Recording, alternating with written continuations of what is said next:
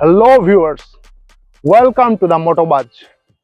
আমরা আজকে রিভিউ করতে যাচ্ছি সুজুকি জিক্সার মনোটন। আপনারা জানেন মনোটন কতটুকু জনপ্রিয়। সে 2014 থেকে আজকে 2025 মনোটন কিন্তু এখনো চাহিদার শীর্ষে। সো আজকে আমরা রিভিউ করছি team Motobaz Suzuki Gixxer monotone.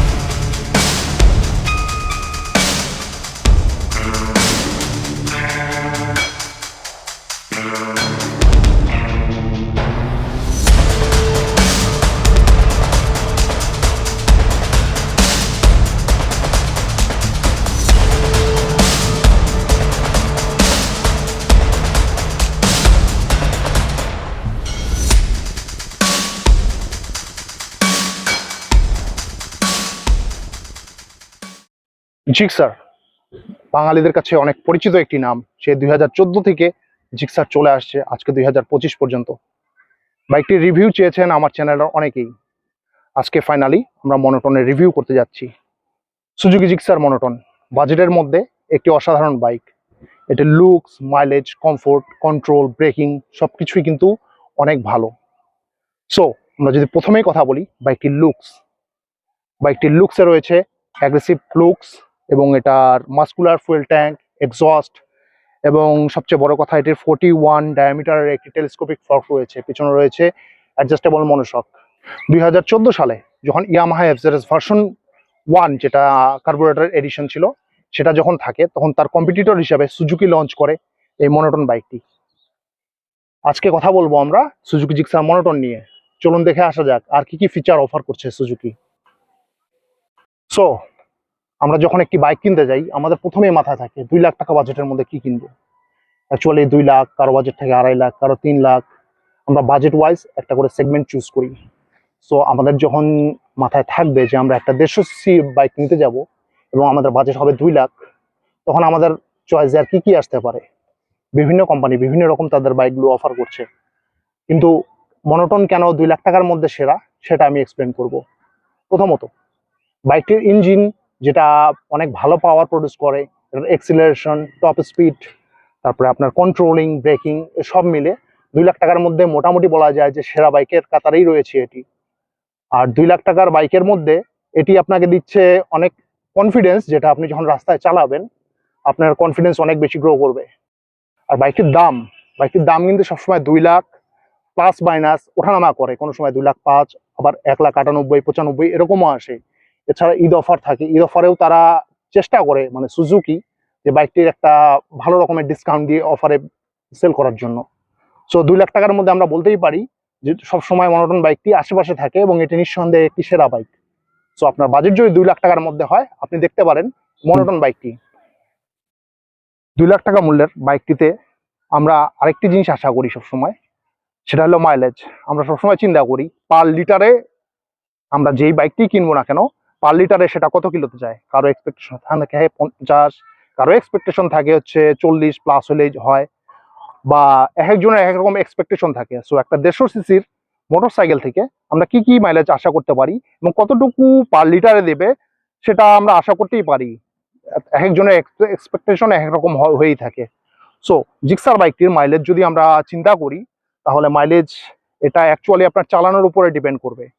কেউ এটাতে মাইলেজ পেয়ে থাকে 50, কেউ এটাতে 40 মাইলেজ পেয়ে থাকে, কেউ আবার 35 পর্যন্ত পেয়ে থাকে। এটা টোটালি ডিপেন্ড করবে আপনার রাইডিং স্টাইলের উপর। আমরা যখন একটা বাইক নিয়ে অনেক রাফলি চালাই, অনেক হার্ড এক্সিলারেশন করি, অনেক হার্ড পুশ করি, তখন মাইলেজ কিন্তু অটোমেটিক ড্রপ হয়ে আসে। তাছাড়াও মাইলেজ ড্রপের আরও কিছু রিজন রয়েছে, যেমন এয়ার ফিল্টার। আমরা যখন একটা এয়ার ফিল্টার দীর্ঘদিন থাকে আমরা চেঞ্জ করি না, তখন সেটাতে কিন্তু ভালো মাইলেজ আমরা কোনোভাবে আশা করতে পারি না। তাছাড়া প্লাগ বা বিভিন্ন কিছু থাকে মাইলেজ ফ্যাক্টরের। ইভেন আপনারা খেয়াল করবেন একটি বাইক যদি 2 রকমের রাইড করে, কারণ সবার রাইডিং স্টাইলই ডিফারেন্ট, তাহলে মাইলেজ কিন্তু দুই রকমেরই আসবে। একজন কুল টাইপের রাইডার যদি এটি রাইড করে খুব জেন্টলি ভাবে, তাহলে ডেফিনেটলি 40 থেকে 50-এর মধ্যে তারা মাইলেজ পাবে, অনেক ক্ষেত্রে 45+ পেয়ে যেতে পারে। আর কেউ যদি রাফ টানাটানি করে বা রাফলি চালায়, সেক্ষেত্রে দেখা যাবে মাইলেজ অনেক ড্রপ পড়ে যাবে, সেক্ষেত্রে 35-38 এরকমও মাইলেজ পাওয়া যেতে পারে। তো সুজুকি জিক্সার বাইকটি যদি আপনারা জেন্টলি রাইড করেন, আমি বলতে পারি যে আপনারা নিঃসন্দেহে 45 থেকে 50-এর মধ্যে মাইলেজ পাবেন। এরপরে আসছে সুজুকি জিক্সার মনোটনের ইঞ্জিন। আমরা সবাই জানি এটি একটি কার্বোরেটেড ইঞ্জিন, এবং এই ইঞ্জিনটি কিন্তু কার্বোরেটেড হলেও যথেষ্ট পাওয়ারফুল। আমরা যারা হাইওয়েতে চালাই, যারা সিটিতে কমিট করি, বাইকটি যদিও একটি কমিউটার বাইক, তারপরেও এটা থেকে কিন্তু এই ইঞ্জিন, আমি স্পেক্স গুলো নাই বললাম, এটা আপনারা গুগল করলেই দেখে নিতে পারবেন, কিন্তু এই ইঞ্জিন কিন্তু যথেষ্ট পরিমাণে পাওয়ার প্রোভাইড করে। এর সাথে সাথে এটি অনেক টর্কি একটি ফিল দেয়। আপনারা যখন সিটিতে চালাবেন আপনারা ফিল করবেন ইঞ্জিনটির এক্সিলারেশন অনেক ভালো। এবং নট অনলি দ্যাট, আপনারা যখন হাইওয়েতে বাইকটি চালাবেন, আমরা যারা হাইওয়েতে চালাই, আমরা মেইন সমস্যা কি থাকে? আমাদের মেইন সমস্যা থাকে হচ্ছে ওভারটেকিং। ওভারটেকিং যখন আমরা করতে যাই, সুজুকি জিক্সার মনোটন বাইকটি কিন্তু প্রচুর কনফিডেন্স দেয় আমাদের ওভারটেকিং এ, কারণ এটার পাওয়ারফুল ইঞ্জিন। আপনারা খুব ইজিলি 80+ স্পিডেও যে কোনো ধরনের যানবাহনকে ওভারটেক করতে পারবেন কনফিডেন্সলি। এবং এটার চেসিস খুব ভালো সাপোর্ট দেয়। আপনারা যখন হাই স্পিডিং করবেন আপনারা নিজেরাই বুঝতে পারবেন। আমি যদিও টপ স্পিড লাভার না, তারপরেও বলতে পারি আমার পরিচিত যারা মনোটন চালায় কার্বোরেটেড এই ভার্সনটি, তারা কিন্তু হাইওয়েতে এটা নিয়ে 125-27 অনায়াসে তুলতে পেরেছে। আমাদের কিছু ভাই ব্রাদার আছে যারা এটা দিয়ে 131 পর্যন্ত টপ স্পিড তুলেছে। সো আমরা বিভিন্ন রকমের বাইক থাকে যেগুলো থেকে আমরা ওভারটেকিং এ কনফিডেন্স পাই না, মনোটন কিন্তু সেরকম না। এটা দিয়ে আমরা যথেষ্ট পরিমাণ কনফিডেন্স পাই হাইওয়েতে ওভারটেক করার জন্য। আরেকটি জিনিস, এটার ইঞ্জিন নিয়ে আরেকটি ব্যাপার শেয়ার করবো আপনাদের সাথে। এটার ইঞ্জিন অন্য অন্য যেসব কমিউটার বাইক আছে, এর কম্পিটিটর, তাদের দেখবেন আপনারা 4000, 5000 বা 6000 চালানোর পর একটা ট্যাপিডের নয়েজ আসে। সুজুকি জিক্সার মনোটন আপনারা সবাই জানেন, আমাদের চ্যানেলে আমি অনেকবার বলেছি, আমি একজন ডুয়েল টোন রাইডার ছিলাম এবং সেটি আমি দীর্ঘ সময় চালিয়েছি। আমার মডেলটি ছিল 2016 মডেলের, যেটা ডবল ডিস্ক পাওয়া যেত সেটা। তো সেটা নিয়ে আমি দেখেছি এটা যতই চালানো যাক, যেভাবে চালানো যাক, এটি কিন্তু কখনো ট্যাপিডের আওয়াজ বা টাইমিং চেনের আওয়াজ আসে না।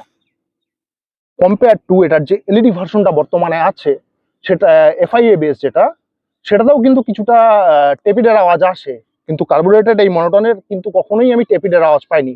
এবং এটাতে আপনাদের 5000 বা 6000, 10,000-এর মধ্যে টেপিড মিলানোর প্রয়োজন পড়ে না। আপনারা যদি জেন্টলি রাইড করেন, এটা দিয়ে দীর্ঘ সময় রাইড করতে পারবেন, এটাতে টেপিডের কোনো ইস্যুই আপনাদের হবে না, এবং সাথে সাথে টাইমিং চেনেরও কোনো ইস্যু হবে না। তাছাড়া এই ইঞ্জিনটি কিন্তু যথেষ্ট রিলায়েবল। আমার পরিচিত অনেকেই আছে যারা 50,000, 60,000, 70,000 পর্যন্ত চালিয়েছে এই কার্বোরেটেড ভার্সনটি, তাদের কিন্তু এখনো ইঞ্জিনে কোনো ইস্যু দেখিনি আমি।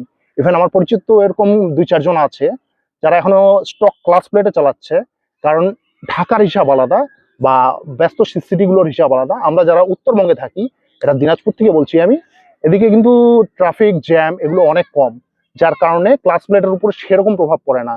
সো এদিকে যদি আপনারা জেন্টলি ভাবে চালান, তো সেক্ষেত্রে আপনাদের একটি ক্লাস প্লেট দীর্ঘদিন চালাতে পারবেন। আর মহানগর বা সিটিগুলোর কথা নয়, নাই বললাম, সেদিকে আমার এক্সপিরিয়েন্স অতটা নেই, তারপরেও এটার ইঞ্জিন যথেষ্ট রিলায়েবল বলেই আমার মনে হয়েছে। সুজুকি জিক্সার মনোটন সম্বন্ধে আরেকটি জিনিস বলতেই হয়, সেটা হচ্ছে এটার বিল্ড কোয়ালিটি এবং পার্টস কোয়ালিটি। জিক্সার মনোটনের বিল্ড কোয়ালিটি কিন্তু যথেষ্ট ভালো। এটা আমরা যদি খেয়াল করি, এর ক্লাচ কেবল বলেন, পিক আপ কেবল বা আদার্স যেগুলো পার্টস থাকে, এগুলা কিন্তু কম্পেয়ার টু আদার বাইকস এগুলা অনেক কম ক্ষয় হয়, দ্রুত নষ্ট হয় না। এবং আমি নিজেও ইউজ করেছি এবং আমার পরিচিত অনেকেই সুজুকি জিক্সার বাইকটি ইউজ করে, তাদের পার্টস আমি দেখি তুলনামূলকভাবে অনেক কম ক্ষয় হয় এবং যথেষ্ট রিলায়েবল। এর সাথে সাথে এর পার্টসের দাম কিন্তু খুব একটা আহামরি বেশি না। আমাদের অনেক বাইক থাকে যেগুলোর পার্টসের দাম অনেক আকাশচুম্বী হয়ে থাকে, সেই হিসাবে জিক্সারের পার্টসের দাম কিন্তু অতটা আকাশচুম্বী না। হ্যাঁ আছে, কিন্তু অতটা আকাশচুম্বী না। আর আপনারা যখন র্যাঙ্কন মোটর যখন সুজুকি জিক্সার নিয়ে আসে, তারা প্রোভাইড করে এই জিনিসটায়, তো আপনারা খুব সহজেই তাদের সার্ভিস সেন্টারগুলো থেকে সব ধরনের পার্টস পেয়ে যাবেন। এই পার্টসগুলো তারা অনেক অ্যাভেলেবল করে রেখেছে। জিক্সারের পার্টস কোয়ালিটি নিয়ে যখন কথা বলছিলাম, তখন আরেকটি জিনিস আমার বলতেই হচ্ছে, সুজুকি জিক্সার একটি জাপানিজ ব্র্যান্ডের বাইক। আপনারা একটি জাপানিজ ব্র্যান্ডের বাইকের থেকে কিরকম ওয়ারেন্টি আশা করেন? এখন সুজুকির যে কোনো বাইকে তারা 3 বছর অফিসিয়ালি ওয়ারেন্টি দিচ্ছে। 3 বছর অফিসিয়াল ওয়ারেন্টি কিন্তু অনেক। আর সাথে সুজুকি জিক্সারের আরেকটি ইস্যু রয়েছে, আপনারা জানেন, আপনারা অনেকেই বলেন, সেটা হচ্ছে ট্যাঙ্কে মরিচা ধরা। বাইকটিতে ট্যাঙ্কে অনেক মরিচা ধরে যায়, অনেকের অনেক কম কিলোতেই ধরে যায়, আবার অনেকের অনেক দীর্ঘ চালানোর পর মরিচা ধরে যায়। তাদের জন্য কিন্তু সুখবর যে সুজুকি জিক্সারের এফআইএবিএস বলেন বা মনোটন বলেন বা এসএফ বলেন, তাদের সুজুকির যে বাইকগুলো রয়েছে তাদের মরিচা যদি ট্যাঙ্কে ধরে তাহলে কিন্তু সুজুকি কোম্পানি এখন তাদের ট্যাঙ্কি ফ্রিতে চেঞ্জ করে দেবে। এটা যদি আপনারা না জেনে থাকেন, আপনারা নিকটস্থ ডিলার বা র্যাঙ্কনের সাথে যোগাযোগ করতে পারেন। তারা কিন্তু জিনিসটি মেক শিওর করেছে যে কোনো জিক্সার বা সুজুকির কোনো বাইকের যদি মরিচা ধরে ট্যাঙ্কে, তাহলে তারা সেটা একদম বিনামূল্যে চেঞ্জ করে দেবে, যেটা অনেক একটি অ্যাপ্রিসিয়েট করার মতো জিনিস। তবে আরেকটি জিনিস আমি অবশ্যই বলতে চাই একটা সেফটি টিপস হিসাবে, যে আমাদের মরিচা ধরাটা কিন্তু আমরা চাইলেই রোধ করতে পারি। আমরা অলওয়েজ দেখি যে কেউ কেউ 100 টাকার তেল, 200 টাকার তেল বা 500 টাকার তেল ভরে ফেলি। আপনারা চেষ্টা করবেন সবসময় ট্যাঙ্কি ফুল রাখতে, কারণ ট্যাঙ্কি ফুল রাখলে হয় কি, জলীয় বাষ্পটা টানতে পারে না। আপনারা যখন ট্যাঙ্ক ফুল রাখবেন, যখন এক দাগ তেল কমে যাবে, তখন সাথে সাথে আবার ওই তেলটি পূরণ করে নেবেন। হ্যাঁ, আপনারা অনেকেই বলবেন ট্যাঙ্কি ফুল করার বাজেট সবসময় থাকে না। তো আপনারা যখন একবারে ফুল করে নেবেন এবং দাগ কমতে থাকবে, প্রতি একটা দাগ কমে গেলে আমরা ভরে নিই, আমাদের কিন্তু এতে বাজেটে কোনো প্রেশার পড়বে না। হ্যাঁ, প্রথমবার যে ট্যাঙ্কিটা লোড করব সেটা তো একবার প্রেশার পড়বে, তারপরে কিন্তু আমরা নর্মালি দাগ কমবে, আমরা সেই পরিমাণ ভরে নিব। এটা করলে সুজুকি জিক্সার বা যে কোনো বাইক হতে পারে সেটা কখনোই মরিচা ধরবে না, কারণ আপনার ট্যাঙ্ক যখন তেল দিয়ে পূর্ণ থাকবে, মরিচা বা জলীয় বাষ্প ঢোকার কোনো সম্ভাবনা থাকবে না। সো ট্রাই করবেন ট্যাঙ্ক ফুল রাখতে। সুজুকি জিক্সার মনোটন এর আরেকটি প্লাস পয়েন্ট হচ্ছে এটার কন্ট্রোলিং এবং ব্রেকিং। আপনি যদি টেস্ট রাইড দিয়ে থাকেন বা আপনি চালিয়ে থাকেন, আপনি জানেন এটি কতটুকু স্টেবল বাইক। এটার ব্রেকিং কিন্তু অনেক ভালো রেসপন্সিভ এবং যে কোনো স্পিডে এটি থামিয়ে দিতে সম্ভব। যদিও পেছনে রেয়ার ডিস্ক ব্রেক ইউজ করা হয়নি, প্রিভিয়াস ভার্সনটিতে ছিল, কিন্তু রেয়ার ড্রাম ইউজ করা হয়েছে, তারপরেও কিন্তু ব্রেকিং খারাপ না, এর ব্রেকিং যথেষ্ট ভালো। আর তাছাড়া ব্রেকিং এর ক্ষেত্রে আরেকটি জিনিস আমি বলে রাখি, টায়ার প্রেশার, যেটা আপনারা সবাই জানেন কিনা, বাট টায়ার প্রেশার আমরা সবসময় চেষ্টা করব রেকমেন্ডেডটা রাখতে। এটাতে হয় কি, আপনাদের ব্যালেন্স অনেক ভালো হয়। আপনাদের টায়ারে যদি হাওয়া বেশি থাকে, সেক্ষেত্রে দেখা যাবে আপনারা যখন ব্রেক করবেন, ব্রেকটা কিন্তু সহজে নিতে চাবে না, গ্রিপ করবে না, গ্রিপটা লস হয়ে যাবে, যার কারণে অনেকে পড়ে যায়, বাইক স্কিড করে। সেক্ষেত্রে সুজুকি রেকমেন্ড করে মনোটনে সামনের চাকায় 29, 28 অথবা 29 এবং পেছনের জায়গায় 33 PSI হাওয়া রাখার জন্য। তো আমরা ডেফিনেটলি এটা মেনটেন করার চেষ্টা করব। আপনারা যখন রেকমেন্ডেড প্রেসারে হাওয়া রাখবেন, তখন দেখবেন এটার ব্রেকিং ব্যালেন্স আরও আপনাকে ভিন্ন একটা লেভেলে নিয়ে গিয়েছে। এতক্ষণ তো কথা বললাম সুজুকি জিক্সারের প্লাস কিছু পয়েন্ট নিয়ে, তার ভালো দিক। একটি বাইকের যখন ভালো দিক থাকে, তখন তার কিছু মন্দ দিকও থাকে। আসুন আমরা মন্দ দিকগুলো নিয়ে আলোচনা করি। অ্যাকচুয়ালি এটাকে মন্দ দিক না বলে আমরা রুম অফ ইমপ্রুভমেন্ট বলতে পারি, যেগুলো জিনিস ইমপ্রুভ করলে জিক্সার বাইকটি আরও 16 কলায় পূর্ণ হয়ে যাবে। এটির সামনে দেখতে পাচ্ছেন অনেক সুন্দর একটি ডিস্ক ব্রেক দেওয়া আছে, কিন্তু পেছনে পেছনে কিন্তু ডিস্ক ব্রেক নেই, ড্রাম ব্রেক। সো আমি সুজুকিকে বলবো, তাদের প্রিভিয়াস 2016 মডেল থেকে 2019 মডেল পর্যন্ত কিন্তু ডিস্ক ব্রেক ছিল। তো তারা, আমি জানি না কেন এটা ড্রাম ব্রেক দেওয়া হয়েছে, তবে আমি রিকোয়েস্ট করবো সুজুকির কাছে তারা যদি পসিবল হয় এটা ডিস্ক ব্রেকের ব্যবস্থা করার। কারণ ডিস্ক ব্রেক দিয়ে আমি নিজে চালিয়ে দেখেছি, ডিস্ক ব্রেকের ব্রেকিং কনফিডেন্স কিন্তু অনেক বেটার হয় এবং ডিস্ক ব্রেক দিয়ে অনেক ভালো ব্রেকিং পাওয়া যায়। So Suzuki, please provide us the disc brake, at least the option. Suzuki জিক্সারের এ তো গেল ব্রেকের ইস্যু। আরেকটি ইস্যু বলবো আমি সুজুকি জিক্সারের, সেটা হচ্ছে পিলিয়ন সিট। আমরা সবাই জানি, আমরা যারা সুজুকি জিক্সার রাইড করি, আমরা যখন পিলিয়নকে উঠাই পেছনে, প্রতিটা ব্রেকের সাথে সাথে তারা কিন্তু সামনের দিকে এগিয়ে যায় এবং সিটটি যথেষ্ট আনকমফোর্টেবল তাদের বাকি কম্পিটিটরদের তুলনায়। এটার একটি কারণ হচ্ছে সিটটি আপনারা দেখতে পাচ্ছেন যথেষ্ট খাড়া সিট। এই সিটটি খাড়া হওয়ার কারণে ব্রেকিং এ যাত্রীকে এগিয়ে নিয়ে আসে, মানে পিলিয়নকে, এবং এটা যথেষ্ট শক্ত, যার কারণে লং রাইড যখন করে কেউ সুজুকি জিক্সারের পিলিয়ন হিসাবে, তখন তার কোমর ব্যথা শুরু হয়ে যায় আর কি। তাছাড়া এটার সাসপেনশন অনেক স্টিফ, এটাও একটা রিজন, কিন্তু সাসপেনশন স্টিফ এটাকে আমি নেগেটিভ ভাবে নিচ্ছি না, কারণ এরকম একটা ফাস্ট একটা স্পিডি বাইকের সাথে এরকম স্টিফ সাসপেনশন অনেক ভালোভাবে যায়, কিন্তু এই সিটটি যথেষ্ট আনকমফোর্টেবল। সুজুকিকে আমি বলবো যে তারা যদি পসিবল হয় এটি একটি সুন্দর ব্যবস্থা করতে। আপনাদের এলইডি ভার্সন যেটা সুজুকি জিক্সারের এফআই এবিএস বা এফআই ডিক্স যেটা আছে আপনাদের, সেটাতে কিন্তু পিলিয়ন সিটি ওরকম ইস্যু নেই, যেটাতে মনোটনে রয়েছে। সো মনোটন আপনারা জানেন যে এটা অনেক একটি পপুলার ভার্সন। তো এর পপুলার ভার্সনটিতে আপনারা চাইলেই কিন্তু আপডেট আনতে পারেন, বাকিটা আপনারা বিবেচনা করে দেখবেন। জিক্সার মনোটন সুজুকির যে কোনো ভার্সন, এর কিন্তু আরেকটি ড্রব্যাক রয়েছে, সেটি হচ্ছে এটা গিয়ার শিফট। যারা জিক্সার চালান তারা জানেন এটার গিয়ার শিফট কতটুকু হার্ড। এই হার্ড গিয়ার শিফটের কারণে অনেকেই কমপ্লেন করে তাদের পা রীতিমতো গিয়ার শিফট করার সময় ব্যথা হয়ে যায়। সো এটা যদি সুজুকি কোম্পানি একটু চেঞ্জ করে দিত বা এটার কোনো একটা রিপ্লেসমেন্ট কোনো কিছু একটা ব্যবস্থা করে দিত, তাহলে আমার মনে হয় ভালো হয়। তারপরেও আপনারা যখন যারা সুজুকি জিক্সার ইউজার তারা একটা কাজ করতে পারেন, গিয়ার শিফটের এখানে অ্যাডজাস্টার যেটা, এটা কিন্তু প্রথমে ছোট থাকে।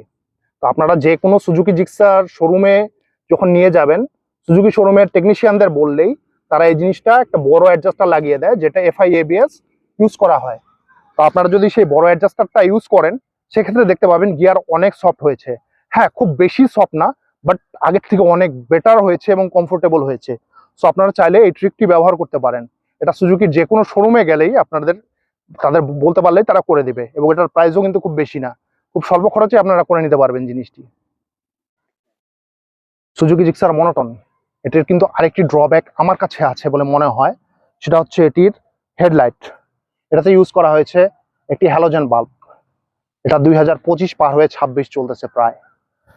এখন কিন্তু প্রায় প্রতিটি কোম্পানি তাদের হেডলাইটগুলোতে এলইডি লাইট ব্যবহার করে, কিন্তু মনোটন এত একটি জনপ্রিয় মডেল হওয়ার কারণে এটাতে এখন আপনার হ্যালোজেন বাল্ব ইউজ করা হচ্ছে। হ্যাঁ, আমরা জানি সুজুকির নেক্সট যেটা ভার্সন আছে এটার পরে এফআই এবিএস, সেটাতে কিন্তু এলইডি লাইট ব্যবহার করা হয়, কিন্তু তারপরেও এত একটি জনপ্রিয় মডেলে এলইডি না হলেও অ্যাটলিস্ট যদি একটি LED bulb as A option হিসাবেও দেওয়া হতো, তাহলে মনে হয় এটা আরো বেশি ভিজিবিলিটি প্রোভাইড করতো।